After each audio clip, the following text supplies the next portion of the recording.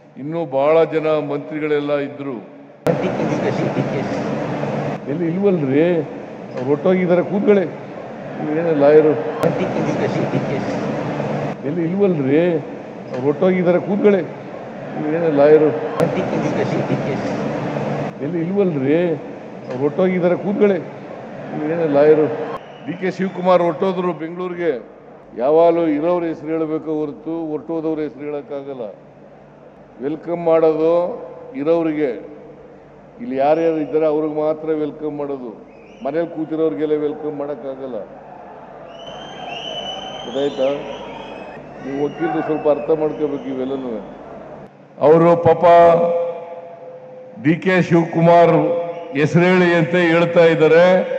D K Shivakumar ಅವರು ಉಪಮುಖ್ಯಮಂತ್ರಿಗಳು, ಅವರು ಬೆಂಗಳೂರಿಗೆ ಹೋಗ್ತೀನಿ ಅಂತ ಹೋದ್ರು. ಬೇರೆ ಕೆಲಸ ಇದೆ ಅದಕ್ಕೋಸ್ಕರ ಹೋಗ್ತೀನಿ ಅಂತ ಹೋದ್ರು. ಅದರಿಂದ ಅವ್ರ ಹೆಸರನ್ನ ಪ್ರಸ್ತಾಪ ಮಾಡಲಿಲ್ಲ. ಇನ್ನೂ ಬಹಳ ಜನ ಮಂತ್ರಿಗಳೆಲ್ಲ ಇದ್ರು. ಎಲ್ಲಿ ಇಲ್ವಲ್ರಿ, ಅವ್ರು ಒಟ್ಟೋಗಿದ್ದಾರೆ, ಕೂತ್ಕೊಳ್ಳಿ. ನೀವೇನ ಲಾಯರು? ಎಲ್ಲಿ ಇಲ್ವಲ್ರಿ, ಅವ್ರು ಒಟ್ಟೋಗಿದ್ದಾರೆ, ಕೂತ್ಕೊಳ್ಳಿ. ನೀವೇನ ಲಾಯರು?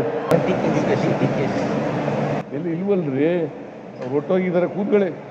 ನೀವೇನ ಲಾಯರು? ಡಿ ಕೆ ಶಿವಕುಮಾರ್ ಹೊರಟೋದ್ರು ಬೆಂಗಳೂರಿಗೆ.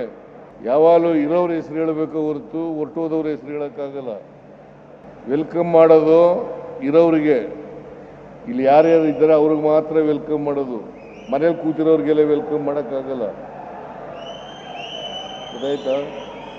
ನೀವು ವಕೀಲರು ಸ್ವಲ್ಪ ಅರ್ಥ ಮಾಡ್ಕೋಬೇಕು ಇವೆಲ್ಲನೂ. ಅವರು ಪಾಪ ಡಿ ಕೆ ಶಿವಕುಮಾರ್ ಹೆಸರು ಹೇಳಿ ಅಂತ ಹೇಳ್ತಾ ಇದ್ದಾರೆ. ಡಿ ಕೆ ಶಿವಕುಮಾರ್ ಅವರು ಉಪಮುಖ್ಯಮಂತ್ರಿಗಳು, ಅವರು ಬೆಂಗಳೂರಿಗೆ ಹೋಗ್ತೀನಿ ಅಂತ ಹೋದ್ರು.